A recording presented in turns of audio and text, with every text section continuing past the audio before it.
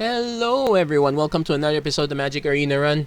It's near the weekend. We're just waiting for FNM to come up, but I guess we do have an opportunity to do another draft. So why not? We just managed to cash in. So definitely we'll see how well things go. Pretty much the premier draft should always have a decent line. There you go. That was very fast. So again, I want to try the tutelage deck if the opportunity presents itself, but if not, well, it's a good thing I did not get. Well, Chandra's Incinerator, I really want to get this one. We're passing a lot of decent black, and yeah, the blue's actually slightly annoying. We're passing that one too. I'll still take it though. So what are we looking at? White is probably going to be taken. Green is probably not going to be taken. So we're probably going to end up going red-green. Well, not again.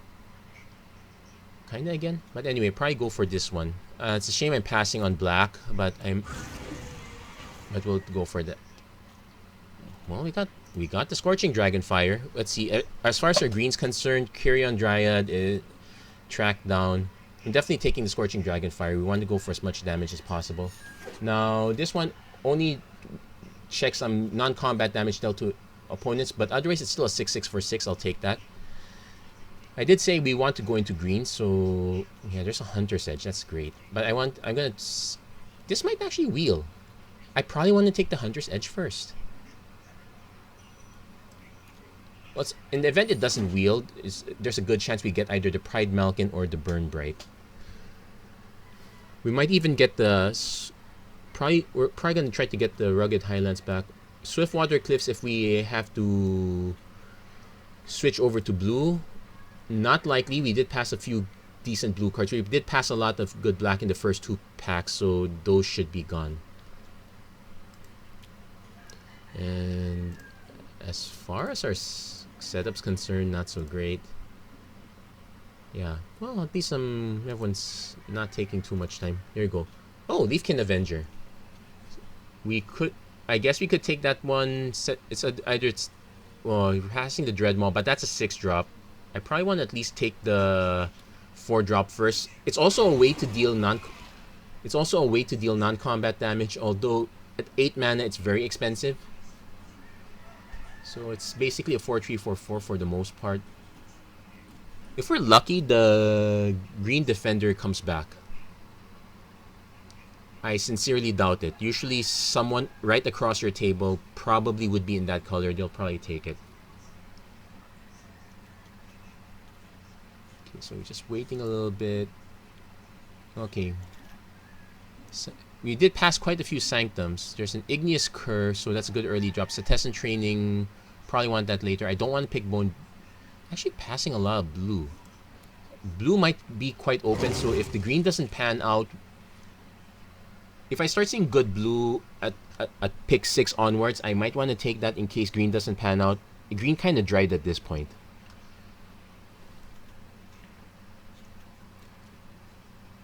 Yeah, Chandra's Incinerator is really more of a... Okay, definitely green dried up. I don't want to take Unleashed Fury. Sanctum of Calm Waters. We passed like 2 or 3 already, so that's probably going to come back. There's the Goblin Wizardry. I probably just take the Hobble Fiend. It's either Hobble Fiend or Keen Guildmaster. Glide Master. Glide Master's not so bad. I don't like passing the Frantic Inventory. We'll take the Glide. I think we'll take the Glide Master. And nope. It's back. Oh, there's Temple of Silence. I already have a full playset already. It's Dilophosaur or Pteranodon. Actually, Pteranodon might be a better fit here. Well, not quite. We don't exactly have +1/+1 counters. I guess I could just take the Dilophosaur. Because it'll still be Death Touch regardless of whether it's 2/2 or 4/4. Again, we're still short on the... We're still hurting on the lower drops. Well, there's a Hobble Fiend. There's also particular... Yeah, we're definitely passing... On one hand, we pass, but on the other hand, we pass way too much. If we want to send a clear signal, we really should let it go. Somehow, I think someone to our left has already built a really broken blue deck. They can tank us later. Yeah, if any of you guys find yourself in this draft and any of you were the ones who drafted an awesome mono blue deck, maybe with Teferi's tutelage, you can thank me for not moving into blue. Now that said, we probably are still in some sort of trouble. Okay, there's a lofty denial we're gonna pass. This is our pack. Some of the black remained. Yeah, this one's not so great. We still got the Hobble Fiend, so at least we're gonna have a lot of two ones that and for it sacrificed another creature, but if our opponent has to target one of those other creatures, we could actually kind of benefit off that.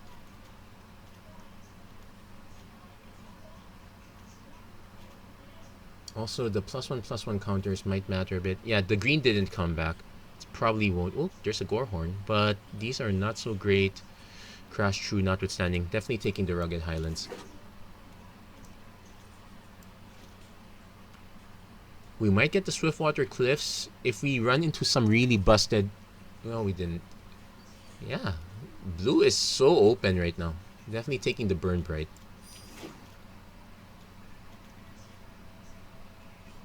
So we are actually looking for other larger creatures. I'm gonna probably disconnect. Sure Strike is a way to get the buff, so we'll go for this one. Yeah, I think our friend over here to our right disconnected. Frost Breath, Radiant Fountain. Radiant Fountain, we're running 2 colors already. I'll steal the Frost Breath. We'll steal the Frost Breath. Infernal Scarring. Yeah. If there's a Fear of the Bitten that might come in handy. Okay, there's a Primal Might. It's a fight effect. We definitely want that. We also want... Oh man, we're not gonna get one of these green cards back, and that's the thing. I really want those. Still have to take the Primal Might. As far as removal is concerned, it's literally Primal Might, Sure Strike, Scorching Dragonfire, Hunter's Edge. So 4 cards for removal. We're not exactly ramping, so we actually have to play a decent mid-game. There's a Shock. There's a Saber-Tooth Mauler also. Taking the Shock. Basically, the way we lose here is... There are 2 ways we lose. We lose either in the early game or we lose in the late game. We lose in the early game if we could not mount an offense... If we could not mount up a board state or take advantage of our opponent that's trying to go aggro tempo. Basically, red, white, white, blue flyers. They're not... Onaki Ogres, not so great. I might actually prefer the Pteranodon over that. It does have synergy with Hunter's Edge. Sure Strike also kind of works. Burn Bright kind of works too. Passing a lot of uncommons. Usually the power is there, but we're not quite getting into that.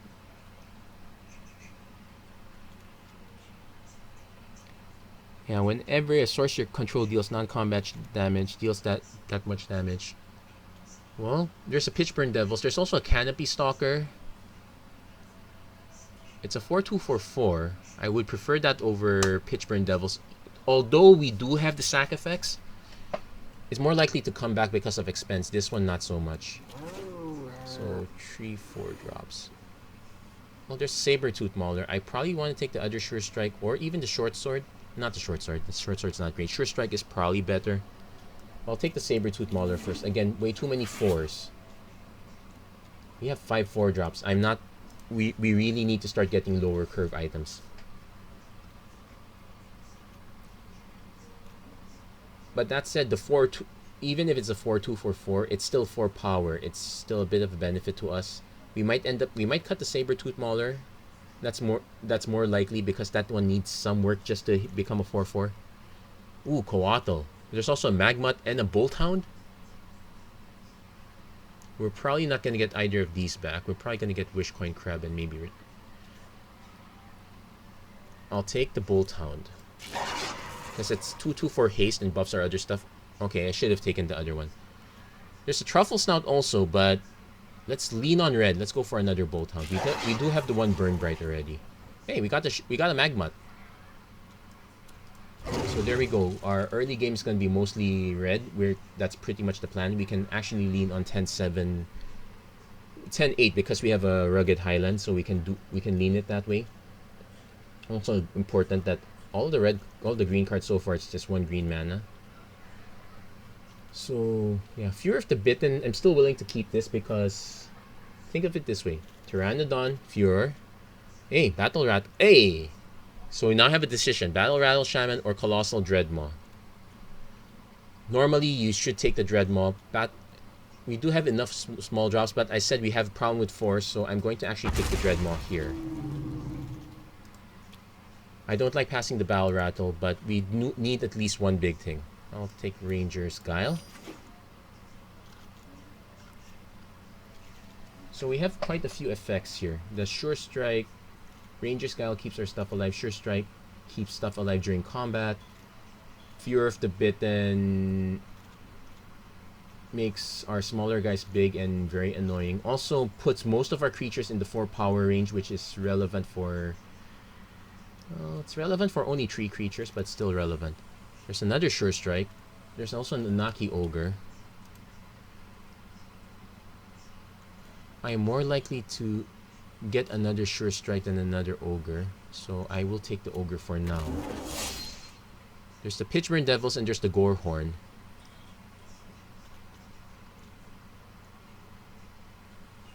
Gorehorn might not be too... Yeah, we only have like 2 Hobble Fiends. I prefer not to run the Gorehorn if possible. Yeah, see? We got another Sure Strike this way. And you got another Magmut, so we need to start making some decent cuts. Wizardry's not gonna make it, not this deck. Hey, Maze Mind Tome. Definitely taking this one because it's a way to draw cards. It's a shame we're passing Hunter's Edge, Pride Malkin, Garruk's Uprising. The Punisher, not so much, but I'm definitely taking the Tome. So, let's see, what are the good things we can pass? Definitely a 4-drop. I did say the Saber-Tooth Mauler is probably the weaker one. Because at least Leafkin Avenger's already a 4. Turret Ogre's already a 4. Another Pteranodon is probably better for us. We could use a Snare Spinner, but that probably comes back. I could just take the Containment Priest to get more copies. Because... yeah, I'm not exactly married to any of these. So we'll take the Containment Priest just to get a little extra value. Not so much. There's a Heartfire Immolator. This is actually one of the ones we want because that's removal. There's a so we're probably gonna get a Magmut or a Turret Ogre again. So I'm definitely taking the Immolator here because that's another piece of removal. Bye bye Igneous Cur. There's a Kinetic Augur, not so great. Run Afoul is definitely sideboard. Titanic Growth fits us. Titanic Growth or Turret Ogre. There's also an Experimental Overload that I want again.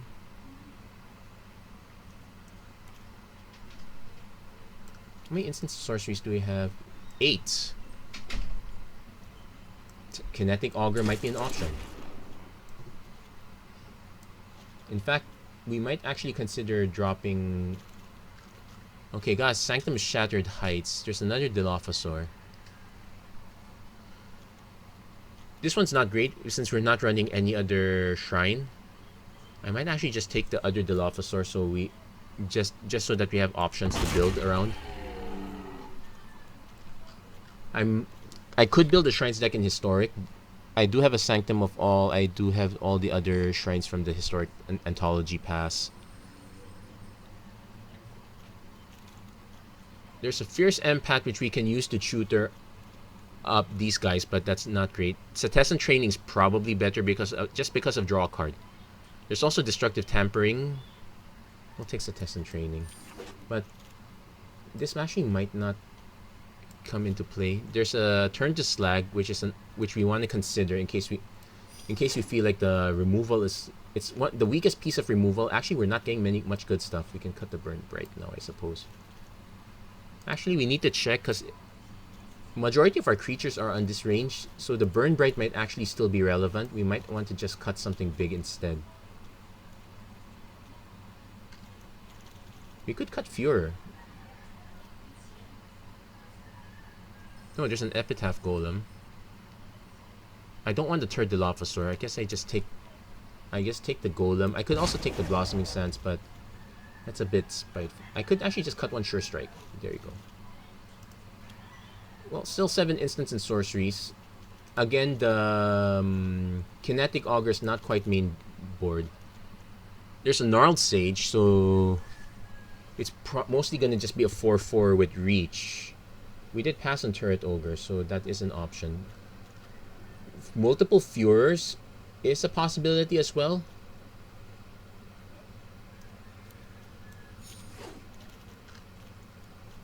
There's another Burn Bright, but there is a Turret Ogre at last, so we definitely take that. We'll cut the Onaki Ogre. And there's another Turret Ogre that I'm going to put on the sideboard. And there's yet another Turret Ogre. We could take the Run of Fall as a... Yeah, take the Run of Fall. We really need to consider what our... Oh, there's a Burn Bright and a Destructive Tampering. I guess I'll take the Destructive Tampering now. We need to figure out where we're weakest, but we don't really get the sideboard here, so... Let's see. 15 and 8. Rugged Highlands, so... Most of our green is late game, so I'm actually willing to go 10... Yeah, 10-8 this way. We could actually just cut the Drowsing Pteranodon in favor of the Igneous Cur again, or... No, it's still a tree. And we had opportunities to buff it. It's a shame it's a bit of a non-bow with Bolt Hound.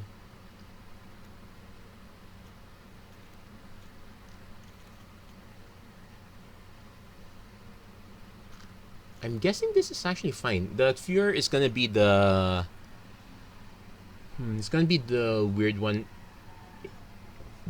Like, say I cast... It's Magmut into Furor, so we have a 4/4. Heartfire Immolator into Furor is also interesting because that means we always have a 4... We'll always have 4 damage to a creature on hand. Hobble Fiend is probably the weakest one. Actually, no. I think we'll still keep the Hobble Fiend. 4 reasons. So yeah, Incinerator, Dreadmaw. I guess this is fine. It's fine as is. We may have to do some consideration of other cards, like say the Cetizen Training. So we don't get much of card draw except for Maze Mind Tome. So we're going to live at...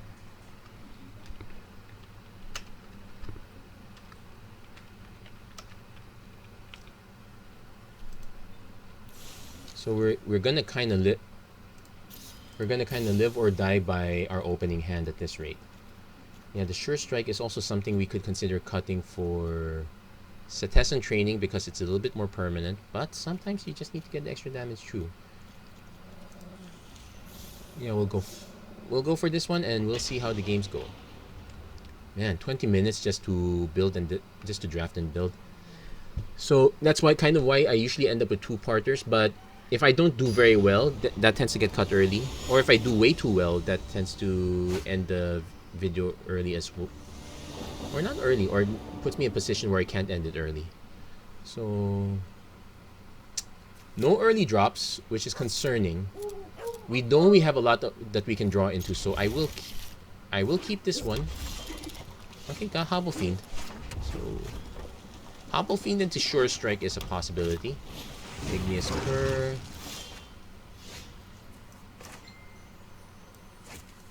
Definitely run the Hobble Fiend first. If our opponent has removal, so be it. Primal Might is a fight effect, so... could be a consideration. We could just block with this. Or we could just take it knowing that our opponent is incentivized to just pump for damage.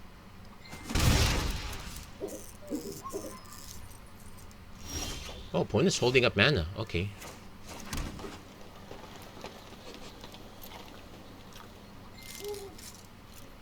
We could have done the Primal Might thing, but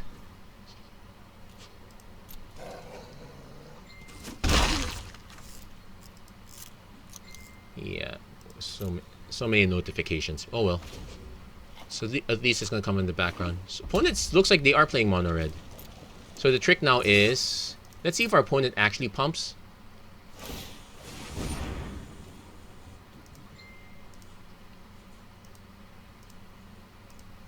Okay, let's see if he pumps again.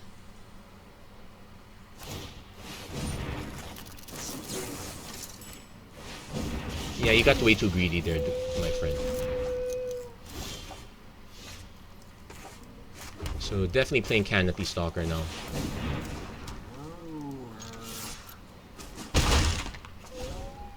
Definitely. Opponent is Oh. I was about to say opponent was living the mono red life, I guess. The opponent died to the mono red life. Mono red life.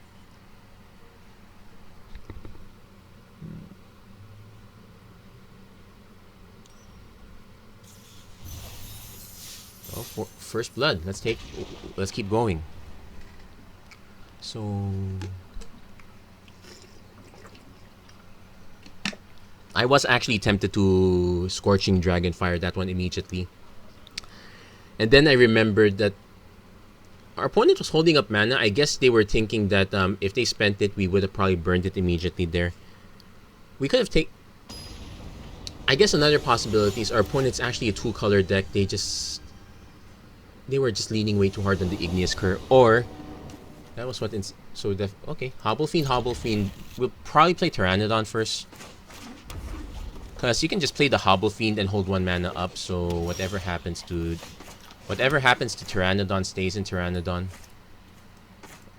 Or we just play the Hobble Fiend first. Because another thing we can do is, let's see where our opponent drops. Usually there's a 2 drop, okay.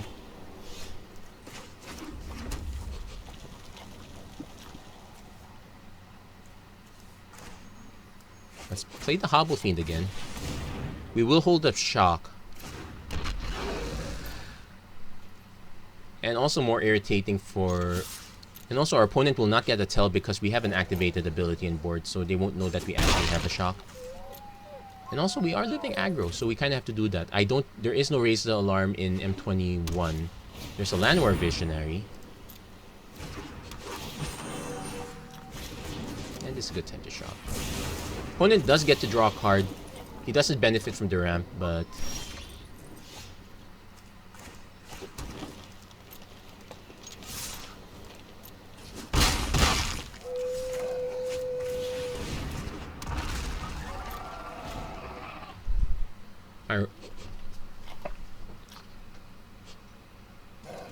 so another strange potential thing we can do is swing with our Hobble Fiends, whichever one our opponent blocks, we can just end up sacking the other creep. Or whichever... Anointed Chair... okay. He has this, but not the he could have a Titanic Makeshift Battalion. Okay, so that one's off the table. We will hit Incinerator at least. Let's see how our opponent blocks.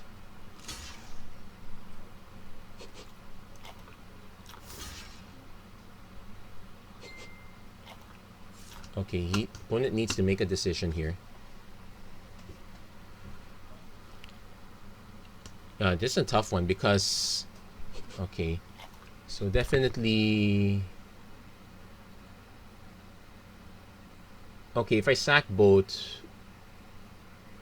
no, we sack... no, the correct answer is we sack none.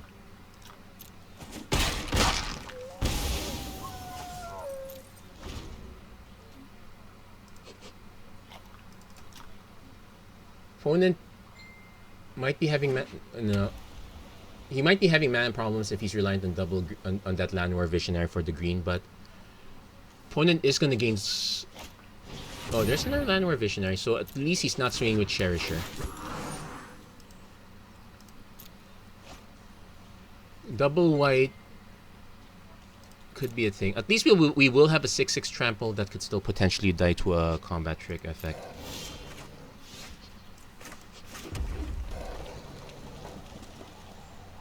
I will still swing with Hobble Fiend because we don't have to actually sack anything to take something out.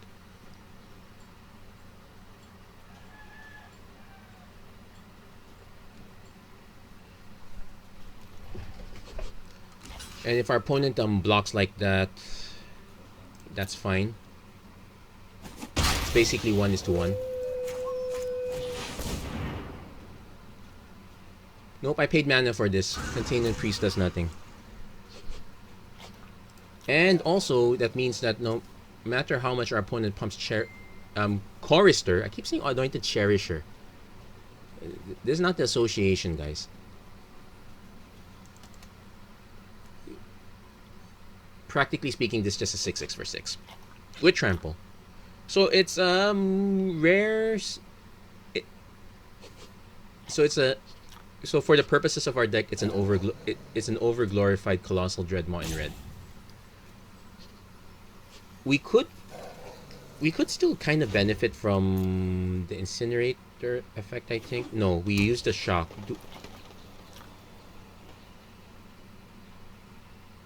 I don't think we have any more ways. Aside from Shock, I don't think we have any more ways to deal damage to our opponent. So the great concern here now is... Yeah, it's a good thing we didn't go ham on sacrificing Hobbled Fiends, considering everything else was around the same size. Opponent could have a Baneslayer Angel, so we'll be grateful that this one is just 1 point higher. Has another defender, so he will need mana to buff.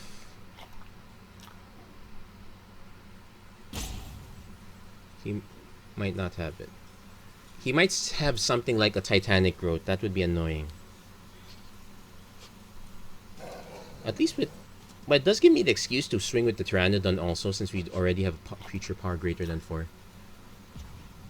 We're also kind of flooded here, so... There's a Turret Ogre. Definitely playing this.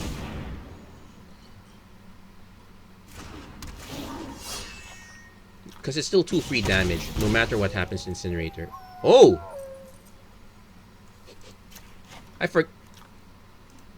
forgot. Turret Ogre is a source of non-combat damage. Angelic Ascension. Oh, if I knew that, I would have... Okay, so here's the thing. If I swing an Incinerator, it just... Wait, this does not have Vigilance. It's just flying, so... We can pass for now, because we have a Turret Ogre. And the nice thing is, our opponent ended up using the Angelic Ascension. I guess it makes sense. Probably means our opponent does not exactly have a way to deal with flyers if they gave us the flyer. They would rather use them themselves. Thank goodness that was a free piece of removal. I have another Turret Ogre. I might consider... Well, it's a very expensive combo, so let's not consider it too much. Gale Swooper, so... Target creature gains flying. Oh, nice combo. He has the one that makes you sack a flyer. Well, there goes that.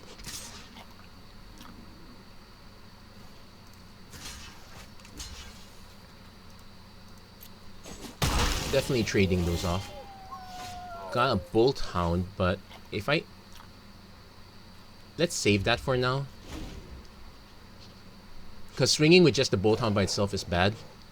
I'm scared that our opponent might still have removal. He's still got 3 cards in hand. That's the concern. Yeah. Yeah, Angelic Ascension is kind of buff. It's really good. It's not even removal. It's basically just it's just converted one of his creatures into another creature. Put the +1/+1 counter, so we will be taking damage from... That said, it might incentivize our opponent to swing with everything, so we could...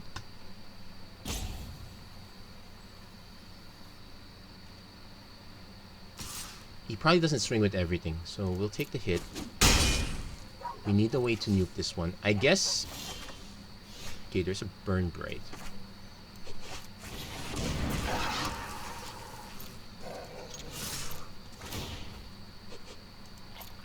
Obvious block is obvious. So we'll deal with that. We'll let that through for now. So this is gonna be a bit of a race. I don't think opponent has the meteor, right? Well,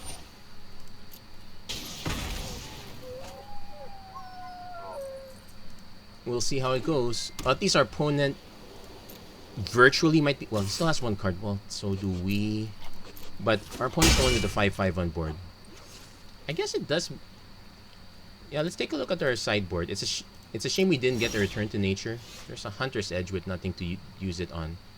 We'll pass though.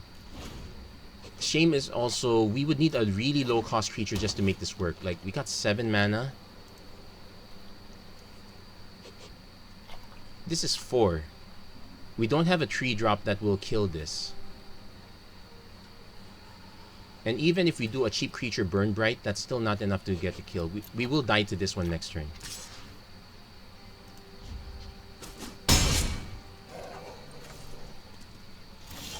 And yep, 8 mana. That's good.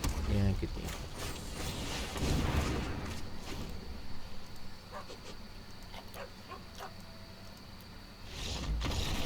So we kind of dried up on the end there, but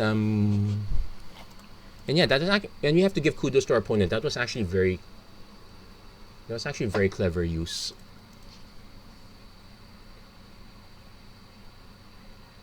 So flyers is a problem. We have one turret ogre, but is that enough? Or do we want something? We have another turret ogre.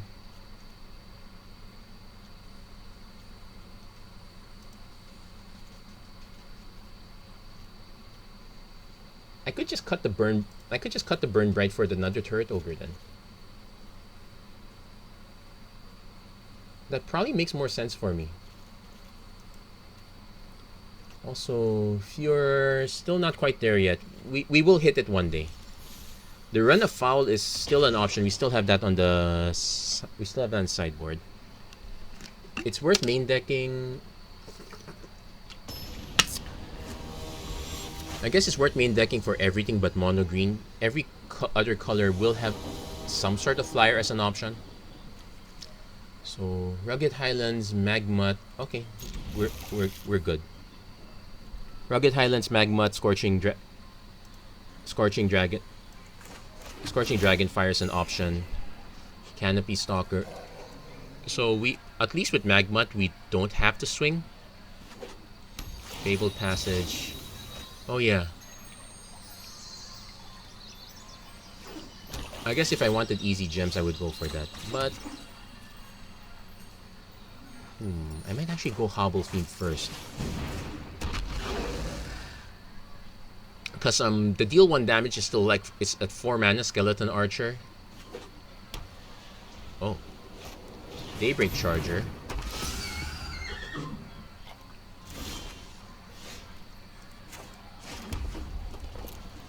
We'll offer the trade.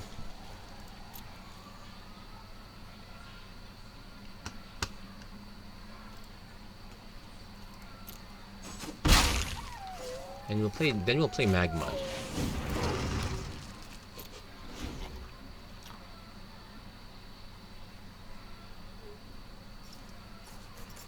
Yeah, I don't see a reason to use the Dragonfire just yet. Yeah, Celestial Enforcer. There's a reason to use Scorching Dragonfire. Am I willing to trade Magmut for Daybreak Charger? Is our opponent willing to trade Magmut for Daybreak Charger? He's concerned that I would just block and sack. Which is also an option.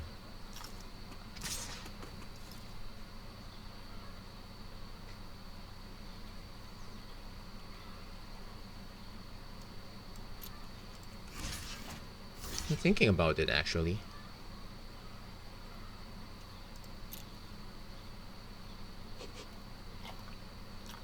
Nah. Okay, there's a Ranger Skull. We're definitely... This one definitely is signaling that our opponent does have flyers.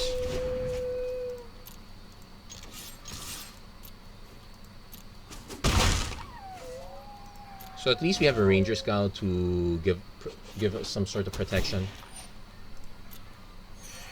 We will play Canopy Stalk, Mixer Battalion. We will play Canopy Stalker next turn. Oh, there's also Bolt Hound. We could play that too.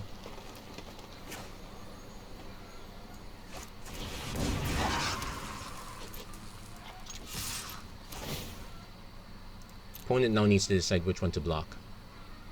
Oh, answer is none. Okay, we'll take that.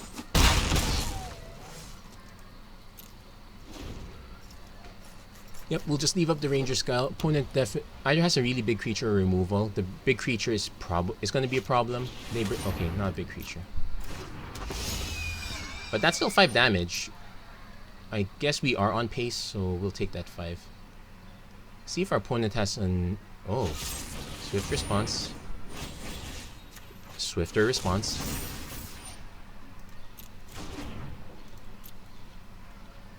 I'll still take the 5 though.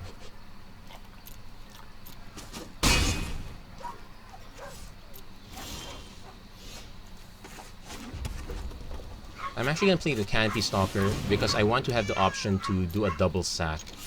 Basically, more options are better. We'll see what our opponent blocks though. Yeah, he blocks that way. I will have to double sack, so that's not worth it. We'll just punch through. Opponent will be forced to block this. We don't... Setessan Training's in our sideboard, so we won't... The only benefit we get is Bolt Hound comes in for 2. There's an Infernal Scarring. Opponent might just hold back. No. Can he equip? He can equip, so it's a 6-3.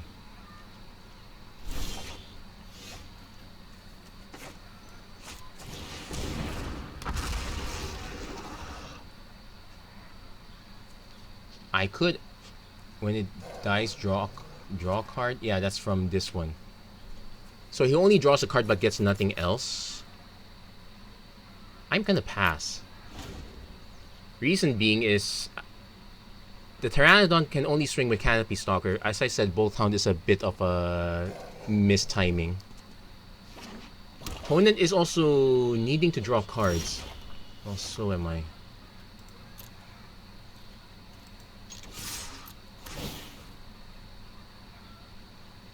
He will have to block... Well, he's forced to block Canopy Stalker, that's a given. He will get a card off it, though.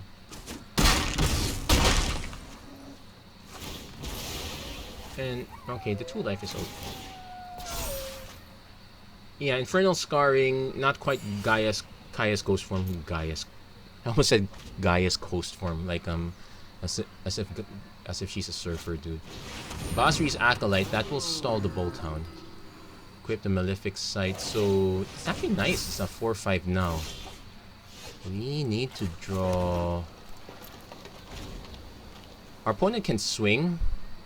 That's the only caveat. Opponent swings, they start regaining life. We have no way to punish our opponent quite yet.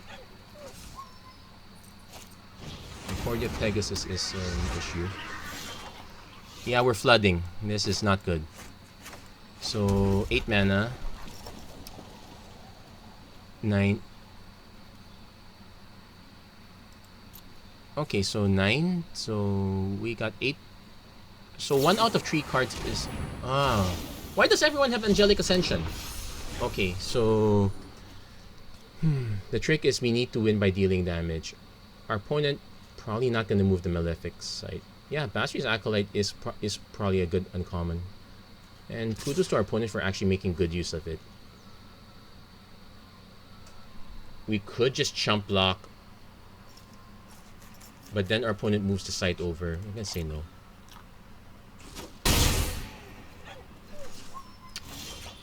There's a Turret Ogre.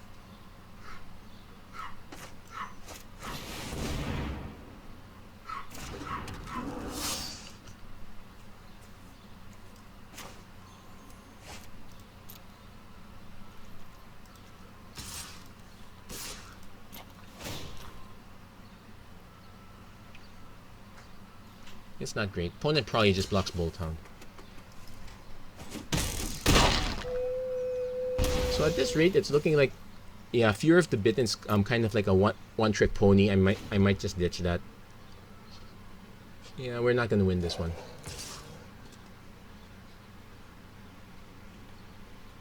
Unless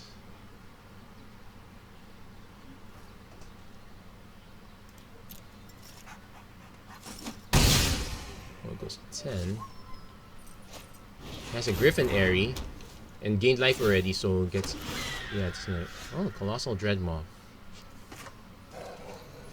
Not too late, I would not too late, I would say. We kind of have to. We can just block the. We can block the Angel token for now.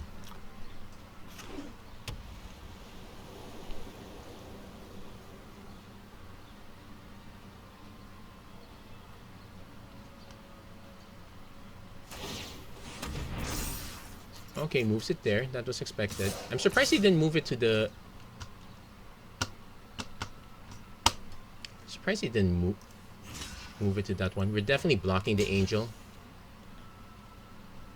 Because let's say we let this one die, he gets to move the he can just re-equip the site.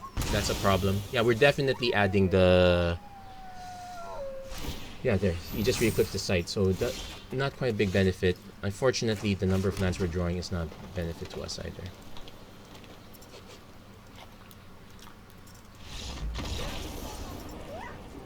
So yeah, we definitely have to make that adjustment.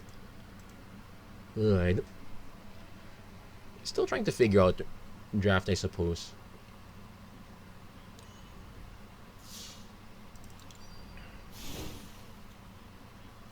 Creatures without flying can't block, so that's not the problem. We're having problem with creatures with flying.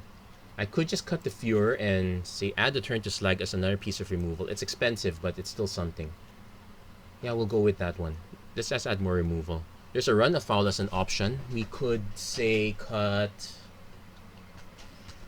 I don't like cutting anything here. Well, I guess we'll stick with this. And this is the last shot. If I run into another deck with flying creatures, I'm so gonna be annoyed. Angelic Ascension twice in a row. Who would have thunk? Okay, Hobble Fiend, Leafkin Avengers there.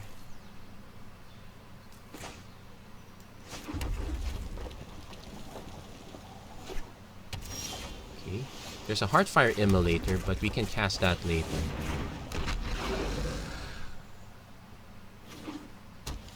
In fact, if Concordia Pegasus.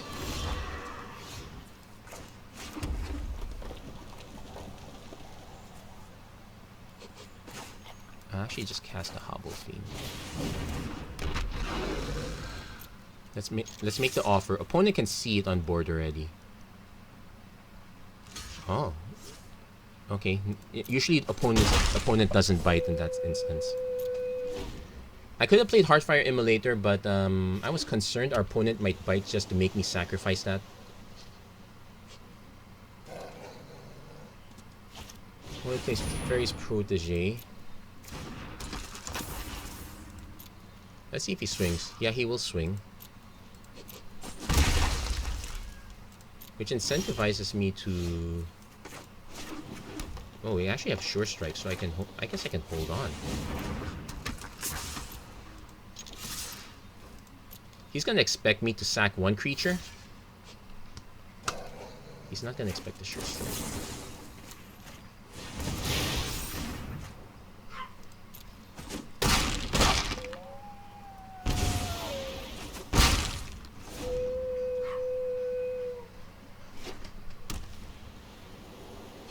Let's see. Falconer Adept. I like the fact our opponent... Okay, he's... Oh, could just have mouse problems, actually. Doesn't necessarily mean much. I'll play the Pteranodon now because we can play Avenger next turn. But we're definitely nuking the Adept.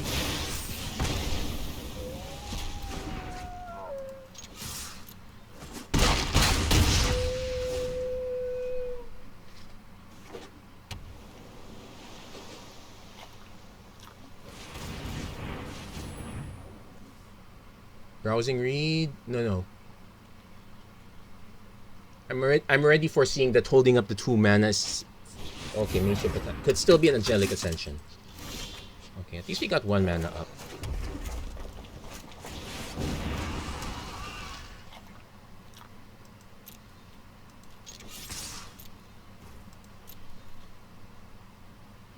Okay, blocks with that. That's okay. That's a fine block. That's a fine block too.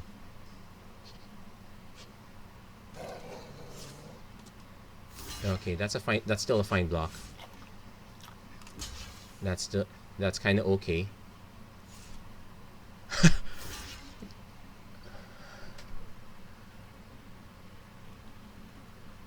Yeah, because I have 1 mana, I can use it for one thing or another, but not both. I'm definitely not sacrificing Heartfire Immolator.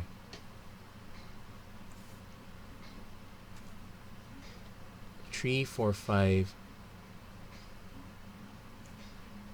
Wait, this is 3, 4, 5. This is 5 damage.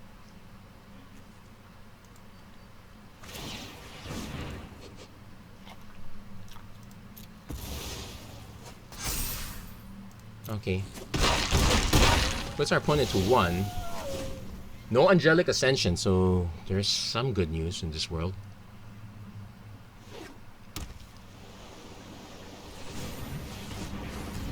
It takes 8 mana to trigger this. He has a Gale Super, but we're still swinging with everything. There's a Chandra's Magma to end the game.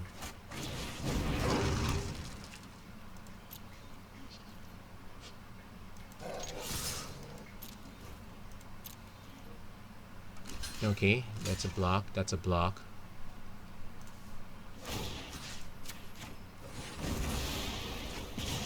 Just in case. There you go. Yeah, the Magmat would have sealed the deal next turn, so Magmat's good. Okay, so not too bad. We kind of slightly redeemed ourselves from those losses.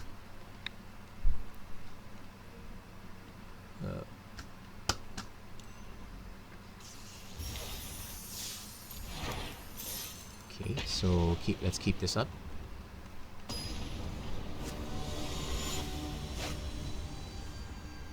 At this point, I'm just spending gold, so I'm not too... Okay. Magmut into Bolthound or Pteranodon into... Well, that's a bit of a non-bow, but I will still keep this. We have a lot of early plays. I don't think we need to shock so early. It'll be annoying if it turns out I did. Griffin Airy. Okay, not quite yet. Hobble Fiend.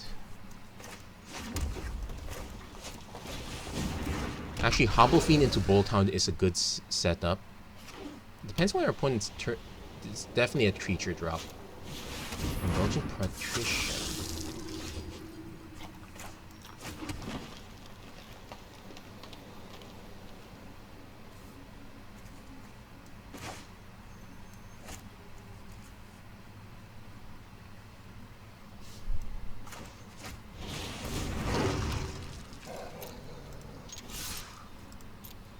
Let's see if our opponent goes for the block.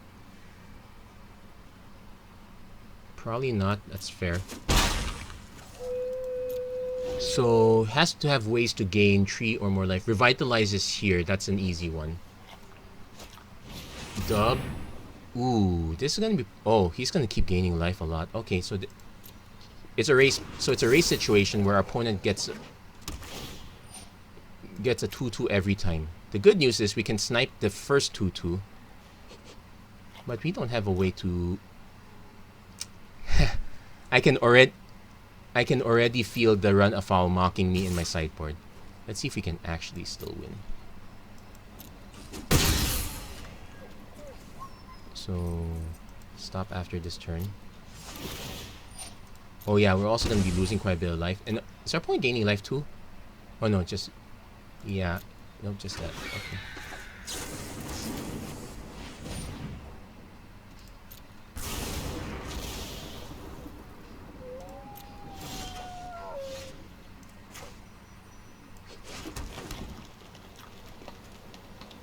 Okay, this is interesting. I have 2 options. I could just play Bolthound, or I can play Pteranodon Hobble Fiend.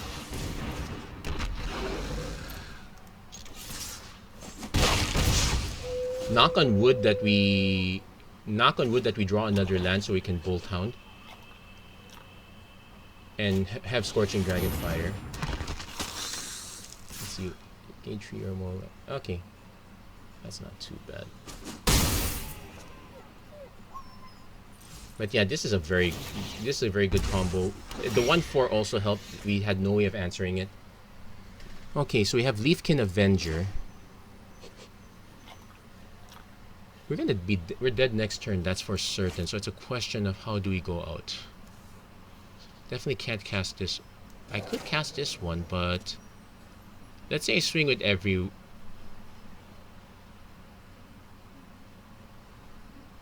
Because our opponent takes us down to 5, takes us down to 1. Opponent's still at 20. Yeah, we're not dealing enough damage. This is not good.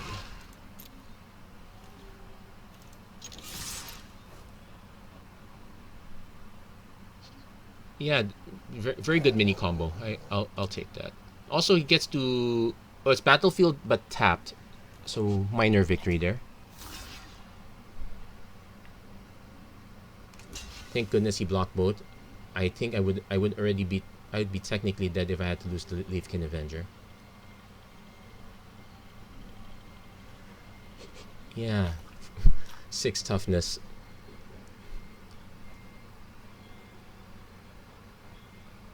Yeah, so yeah, especially best of 1. Probably the misfortune of running into Alchemist's Gift. Thank goodness it only triggers on his end step and not ours, but we are still technically dead.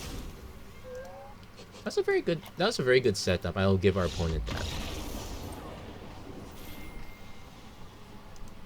And there we go. So much for that draft, but we did learn something. 1, yeah, we did not draw our turret ogres. That would have been a good plus. But the magic number for toughness is basically 4. Once you hit 4 toughness, any other boost would be make it insurmountable except for white and black, and only for specific spells. And those spells are generally very expensive or already rare. So at least we learned that one, and I guess we'll look forward to that in the future. So okay, there's the card I should have taken. That's it for this episode of the Magic Arena Run. If you like what you saw, please don't forget to like, share, and subscribe. Turn on notifications and whatnot. That's another copy of Sublime Epiphany. I actually saw a very interesting combo. Basically, it was the 5 mana guy that return target instant or sorcery. Then you use Sublime Epiphany, especially the create a token that's a copy of target creature, so you can keep making copies and buying back Sublime Epiphany. Kind of busted. Anyway, that's it for this episode. Thank you very much for watching. Hope to see you guys again next time. Take care. God bless. Stay safe wherever you are.